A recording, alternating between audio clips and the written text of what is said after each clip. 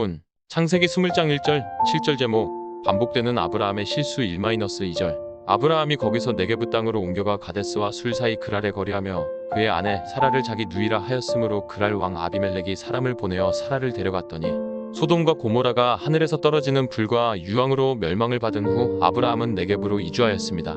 아브라함은 거기서 자기 아내를 누이라고 다른 사람들을 속였습니다. 아브라함은 과거 애굽으로 내려갔을 때도 자기 아내 사라를 누이라고 속였다가 사라를 애굽 왕 바로에게 빼앗긴 적이 있었는데 그때와 똑같은 실수를 반복하고 있습니다. 아브라함은 75세에 내 본토 친척 아비 집을 떠나 내가 내게 지시할 땅으로 가라 는 하나님의 명령을 받고 갈 바를 알지 못하고 자기가 살던 곳을 미련 없이 떠날 정도로 대단한 믿음의 소유자였습니다. 그리고 자기가 더 좋은 땅을 취할 수 있었음에도 불구하고 자기 조카 롯에게 더 좋은 땅을 양보하기를 원하시는 하나님의 뜻에 따라서 그는 비옥한 소돔 땅을 조카 롯에게 양보할 정도로 출중한 믿음의 소유자였습니다. 그리고 그는 조카 롯의 가정이 전쟁으로 인하여 포로로 붙잡혀 갔을 때 자기 집에서 길렀던 가신들을 데리고 가서 내 나라로 이루어진 연합군과 싸워서 이기고 자기 조카 롯의 가정을 구해 올 정도로 하나님의 특별한 도우심을 입었던 사람이었습니다. 그리고 하나님께서 소돔과 고모라를 멸하려고 하실 때 소돔과 고모라를 용서해 주시라고 하면서 전혀 모르는 그들을 위하여 하나님께 간절하게 중보기도를 드릴 정도로 아브라함은 사랑이 충만한 사람이었습니다. 하나님께서는 그런 아브라함에게 그 일대에서 그 누구도 따라올 수 없을 정도로 큰 부자가 되는 축복을 허락해 주셨습니다. 만약 우리 주변에 그런 사람이 있다면 우리는 그 사람을 우러러볼 것입니다. 그리고 그 사람은 일반인인 우리와 완전히 다른 종류의 인간일 것이라고 생각할 것입니다. 그러나 성경은 뭐라고 말씀하고 있습니까? 성경은 그런 그들과 우리와 전혀 다를 바 없는 똑같은 인간이라고 말씀하고 있습니다. 바로 그게 오늘 본문입니다. 그렇게 뛰어난 믿음의 소유자였고 하나님의 특별한 총애를 받고 있던 아브라함이었지만 그가 살던 곳에서 낯선 곳으로 이주해 갔을 때 그는 두려워서 견딜 수가 없었습니다. 도대체 뭐가 그렇게 아브라함을 두렵게 만든 것입니까? 그것은 그곳에 살고 있는 사람들이 예쁜 자기 아내 사라를 취하려고 사라의 남편인 자기를 쥐도 새도 모르게 죽이지나 않을까? 라고 하는 생각이었습니다. 아브라함이 살던 곳에서 낯선 곳으로 이주하기만 하면 그 생각이 아브라함을 따라다니면서 괴롭혔습니다. 그래서 아브라함은 네겝으로 이주하면서 거기서도 애굽에 내려갔을 때와 똑같은 실수를 반복하고 있는 것입니다. 즉 자기 아내 사라로 인해서 자기 목숨을 빼앗길까 두려워서 거기 살고 있던 사람들에게 자기 아내 사라를 누이라고 속였던 것입니다. 하나님께서는 분명히 내년 이맘때가 되면 사라에게 아들이 있으리라 는 약속을 아브라함과 사라에게 해주셨습니다.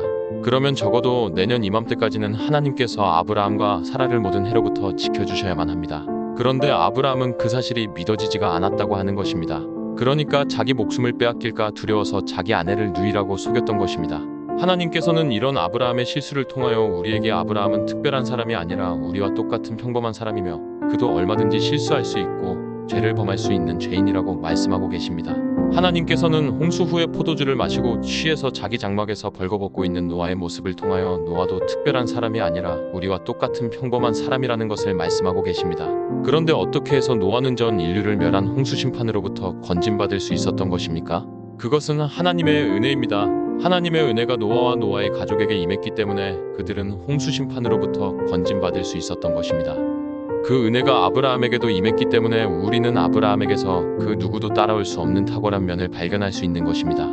그러므로 우리에게도 하나님의 은혜가 임하기만 하면 노아처럼 아브라함처럼 하나님께로부터는 칭찬을 그리고 사람들로부터는 존경을 받을 수 있는 의로운 삶을 얼마든지 살아갈 수 있습니다.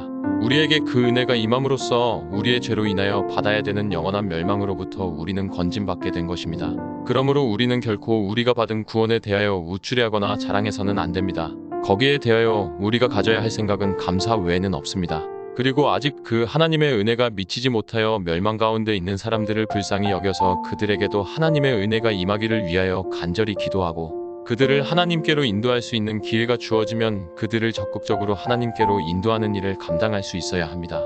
바로 그것이 하나님의 은혜로 구원받은 우리가 가져야 할 바람직한 생각입니다. 그리고 아무 공로 없이 그 은혜를 입은 자로서의 합당한 삶, 즉 이제는 자기 자신을 위하여 살지 않고 오직 자기를 위하여 죽었다가 다시 살아나신 예수 그리스도를 위하여 사는 삶을 살아가는 것이 하나님의 은혜로 구원받은 자가 살아가야 하는 올바른 삶의 모습입니다. 3-7절. 그 밤에 하나님이 아비멜렉에게 현몽하시고 그에게 이르시되 내가 데려간 이 여인으로 말미암아 내가 죽으리니 그는 남편이 있는 여자임이라. 아비멜렉이 그 여인을 가까이 하지 아니하였으므로 그가 대답하되 주여 주께서 의로운 백성도 멸하시나이까? 그가 나에게 이는 내 누이라고 하지 아니하였나이까?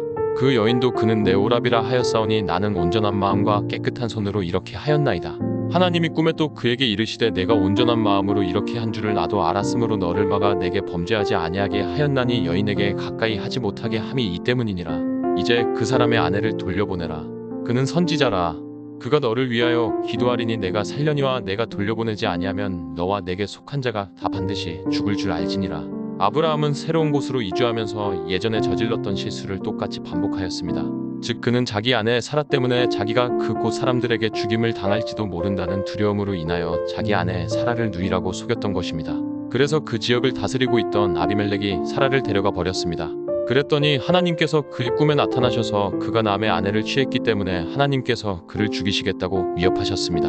그랬더니 아비멜렉이 하나님께 항의하였습니다. 자기는 정당하게 여자를 데려왔는데 왜 자기를 죽이려고 하느냐는 것입니다.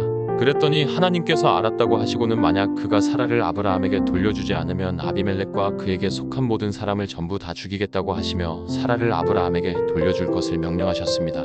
그런데 여기서 누가 정당하고 누가 부당합니까? 아비멜렉이 정당하고 아브라함이 부당합니다. 그런데 왜 정의로우신 하나님께서는 정당한 아비멜렉의 편을 들지 않으시고 부당한 아브라함의 편을 들고 계시는 것입니까? 그것은 하나님께서 아비멜렉과 약속을 맺지 않으시고 아브라함과 약속을 맺으셨기 때문입니다. 그래서 그 약속이 성취되기 위해서는 아브라함이 그 어떤 해도 입어서는 안 되는 것입니다. 그러나 아비멜렉은 그 약속과 아무 상관이 없습니다. 그래서 하나님께서는 부당한 아브라함의 편을 들고 계시는 것입니다. 이와 마찬가지로 우리가 정당하기 때문에 하나님께서 우리의 편을 들고 계시는 것이 아니라 우리와 맺은 구원의 약속 때문에 하나님께서는 불택자가 아니라 택자인 우리의 편을 들고 계시는 것입니다. 그러므로 우리가 부당함에도 불구하고 우리의 편을 들고 계시는 하나님의 은혜에 늘 감사한 마음으로 살아가시기를 바랍니다. 그리고 그 은혜를 입은 자로서의 합당한 삶, 이제는 자기 자신을 위하여 살지 마시고 오직 우리를 위하여 죽었다가 다시 사신 예수님을 위하여 살아가시기를 주님의 이름으로 간절히 소원합니다.